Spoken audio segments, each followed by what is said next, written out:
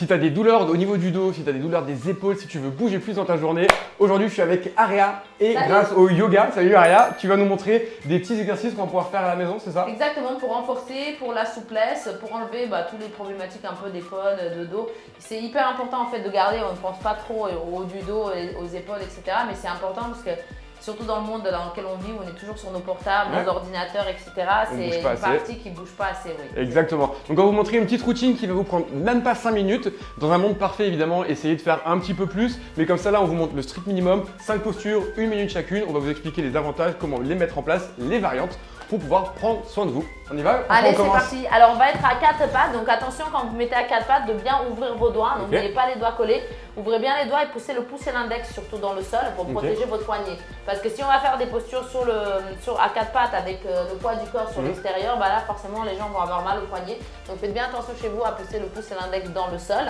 Donc on va pousser à fond, vous lâchez votre poitrine vers le sol et puis vous poussez, vous arrondissez le haut du dos. Donc vraiment c'est que le haut du dos qui travaille. Alors bien sûr vous engagez les abdominaux, mais on descend et on monte. Et on descend et on monte. Voilà, juste on va faire une dizaine de fois. Et bien sûr, comme on parle de yoga et pendant qu'on le fait, donc continuez chez vous, c'est quand même hyper important la respiration parce qu'il ne faut absolument pas être en apnée. Le but du yoga, c'est quand même de respirer, surtout parce que le mental reste dans le moment présent, donc vous risquez moins de vous blesser si pendant que vous faites vos exercices, vous pensez à votre liste de courses, ça ne va pas le faire.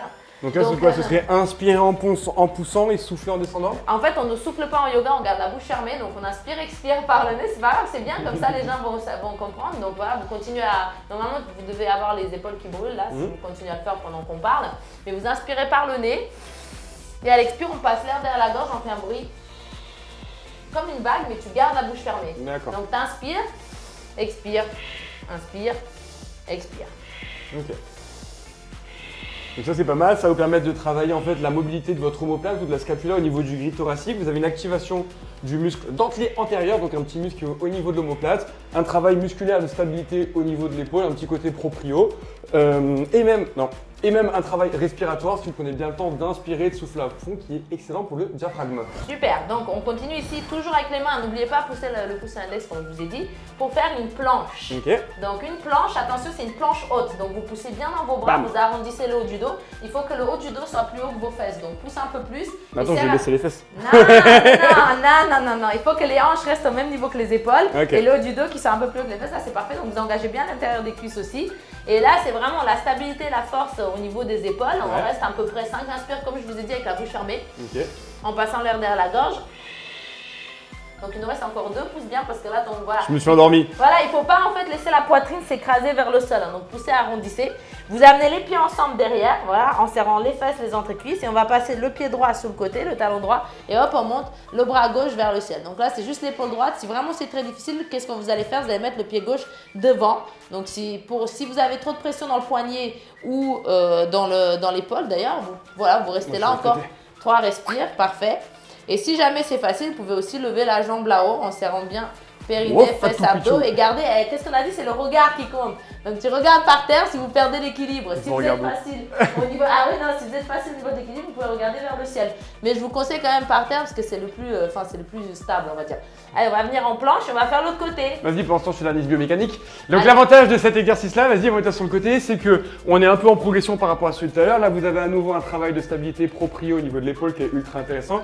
Là, vous allez avoir un travail de gainage au niveau du flanc. Quand tu nous le fais avec la jambe levée, tu nous fais les moyens fessiers des 2 côtés qui travaillent. Évidemment, si c'est trop dur et que tu poses le genou au sol ou le pied comme ça, l'activation au niveau de la partie inférieure est plus faible. Et le fait de venir vraiment pousser à nouveau ici, j'imagine que là, tu essaies de te grandir. Et voilà, ça va vous permettre d'avoir un gros travail au niveau de toute la ceinture scapulaire. Donc ça, une fois encore, si vous avez, comme tu disais, des métiers un peu sédentaires où vous bougez peu, souvent on a tendance à juste vouloir soit masser, soit étirer, mais venir faire des exercices actifs d'activation musculaire sont aussi extrêmement bénéfiques. Super, mais il ne faut pas oublier de faire le deuxième côté, donc on va le faire un petit peu avec vous. Vous poussez ici et vous allongez le bras.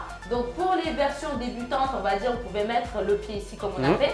Vous pouvez aussi mettre le genou gauche par terre, donc essayez les deux. C'est un peu différent, mais en gardant la jambe droite tendue.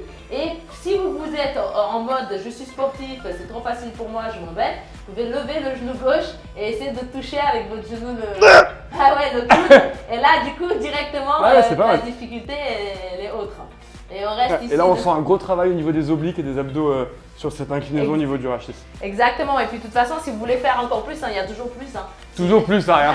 Si Du coup, vous levez les 2 jambes. Non, mais tu peux tendre la jambe ici. Et là, il y a aussi un travail. Je veux bien, mais je suis gêné. De la hanche aussi, ça c'est une bonne stabilité. Adducteur, psoas, psoas, voilà, vous avez pas mal de boulot ici.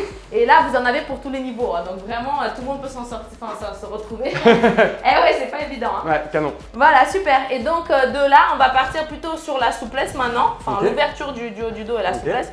Donc vous venez ici à 4 pattes, faites bien attention que les hanches restent au-dessus des genoux. Donc n'avancez pas ou reculez pas les hanches. Et on va juste marcher les mains vers l'avant. On va essayer sur la pointe des doigts, donc vous gardez les doigts bien tendus, sur la pointe des doigts de pousser la poitrine vers le sol. Donc si vous êtes à l'aise avec cette posture, vous pouvez mettre le menton au sol. Mais si jamais il y a le moindre inconfort au niveau de la nuque, je vous conseille de mettre le front plutôt au sol. Donc si vous voulez continuer, voilà, ça c'est parfait. Et le but, mais attention, tu as reculé un peu tes hanches. Donc avance les hanches vraiment au-dessus des genoux et on pense poitrine vers le sol. Reste sur la pointe des doigts de tes mains, voilà, pour monter le plus haut possible. Et là, vous devez le sentir au niveau des épaules et du haut du dos qui ouvre. Et si vous voulez encore plus, vous pouvez mettre les mains sur des blocs. Comme ça vous crée encore plus d'espace ici et vous avez le temps d'aller vers le bas. Ouais. Ce qui est pas mal, en fait, l'astuce, c'est que le fait de se mettre sur les doigts, c'est la flexion de la gléno-humérale. Vous avez en plus de cette flexion associée une extension au niveau du rachis thoracique. Donc ça, c'est excellent quand on manque de mobilité. Tu l'as très bien dit au niveau de la nuque, plutôt confortable. Mais vous pouvez soit faire de la flexion ou de l'extension comme elle est en train de faire.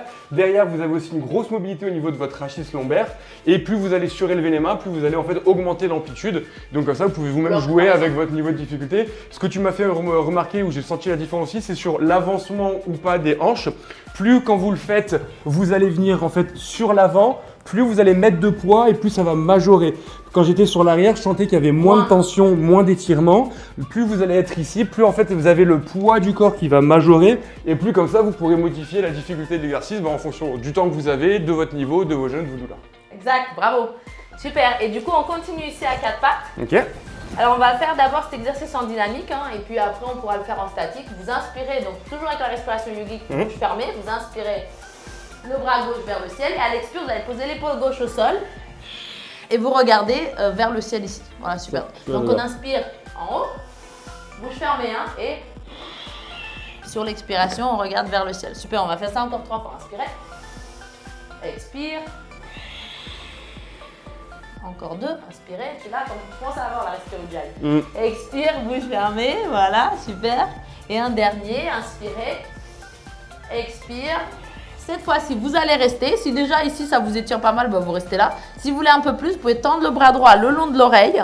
Voilà, faites attention donc de faire rotation externe au niveau de l'épaule. Donc la paume de la main, elle n'est pas vers le ciel, mais vers le sol. Et vous tournez bien au niveau de l'épaule et de l'omoplate. Et on regarde en dessous le bras. Il faut essayer de regarder en dessous le bras vers le ciel.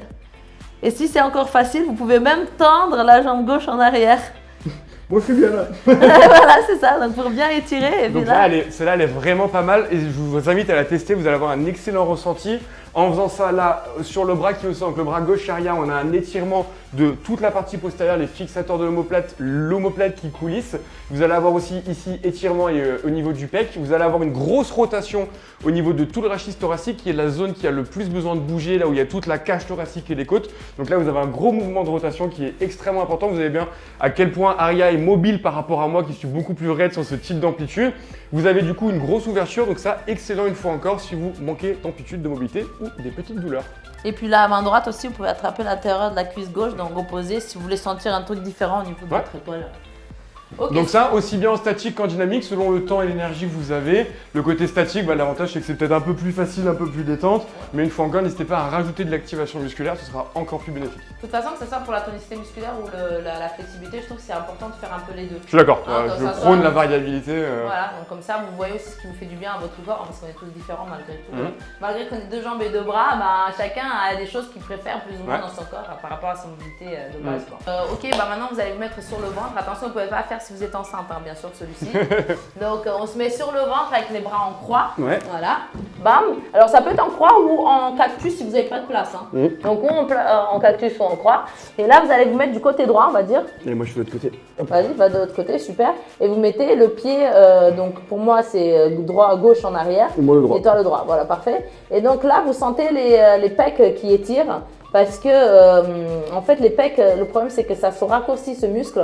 Comme on n'étire jamais, et bah du coup il devient de plus en plus petit et ça devient votre posture naturelle, le fait que les épaules descendent vers l'avant et que vous avez le dos un petit peu arrondi. Donc c'est hyper important d'étirer le pec et on n'y pense pas souvent. Donc là c'est vraiment la première étape. Après si vous êtes assez souple, vous pouvez venir les deux pieds ici et vous asseoir carrément sur vos fesses. Ah ouais, non, et vous pouvez je fais ça, je me luxe l'épaule. Et vous pouvez même attraper les deux mains derrière. Ah ouais, non. Voilà, donc là, et puis si vous voulez encore plus, vous travaillez une hanche en même temps. Ok. Et donc là, une fois encore, celui-là, il est pas mal parce que vous avez à nouveau de la rotation au niveau de tout le rachitisme qu'on l'a dit tout à l'heure. En effet, un étirement du pec qui est très dur au final à étirer soi-même. Moi, je le montre soit comme ça aux patients, soit sur la mur, exactement. Et je connaissais pas la variante coup de plié, tu vois, qui est pas mal. Pourquoi? Parce que du coup, vous allez pouvoir mieux gérer la rotation, etc. Et une fois encore, je vous invite à tester les deux et voyez un petit peu vous entre ça et ça, lequel vous le sentez le mieux. Moi, je sens beaucoup plus de rotation et d'ouverture. Donc là, vous allez avoir l'étirement du pec comme tu nous as expliqué, mais aussi une fois encore une mobilité au niveau de l'articulation de l'épaule qui est souvent raide, qui manque d'amplitude, qui manque de mouvement à ce niveau-là. Donc évidemment, vous faites les deux côtés. On peut le faire aussi en dynamique, comme ce exercice de tout à l'heure. Vous pouvez le faire en dynamique, mais je trouve que celui-là, honnêtement, peut-être je peux le faire en dynamique au niveau du mur, mais je préfère, j'aime bien toi, tu peux le faire en statique. Ouais. Ok. Ouais. Parce qu'une fois que tu es placé, c'est quand même dur surtout si ça étire beaucoup, je trouve que c'est très très dur de… Ouais, oui, celui-là c'est un étirement par contre qui est assez puissant. Ouais. En effet, si vous avez des vraies douleurs d'épaule, comme d'habitude, consultez un spécialiste ou faites le buto sur la variante au mur. Merci beaucoup pour cette petite routine. Donc là, à faire évidemment régulièrement, surtout si vous avez un métier sédentaire. 5 minutes, mais si vous pouvez faire plus, c'est idéal. Si on veut trouver d'autres exos, d'autres postures, d'autres mouvements, où est-ce qu'on peut se retrouver? En fait, j'ai un programme exprès sur un mois pour ouverture des épaules, renforcement et souplesse du haut du dos et des épaules. Où je travaille beaucoup avec des blocs, donc il y a énormément d'ouverture, de cette partie-là qui est coincée et qu'on ne pense pas souvent à bosser. Donc en un mois, si vous voulez acquérir une souplesse et une tonicité de fou, il faut aller sur ariusyoga.com. On vous mettra les liens dans la description. En dessous, voilà. Et ce programme, vraiment, il est magique. Les gens, ils adorent quand ils se tiennent mal, qu'ils ont une mauvaise posture ou qu'ils ont des problèmes du haut du dos. En général, ça fonctionne. Parfait, j'espère que cette petite vidéo vous a plu, qu'elle vous aidera. Si ce type de vidéo vous plaît, vous me le mettez dans les commentaires, je pourrais vous en refaire d'autres. Je vais vous mettre le lien juste de là d'une première un petit peu différente avec d'autres exos, moins inspiré yoga, peut-être plus inspiré kiné. Donc si vous voulez d'autres variantes, vous allez juste là pour regarder. Comme d'hab, pensez à mettre un gros pouce bleu et puis si ce n'était pas le cas, pensez à vous abonner. Ciao, merci Aria.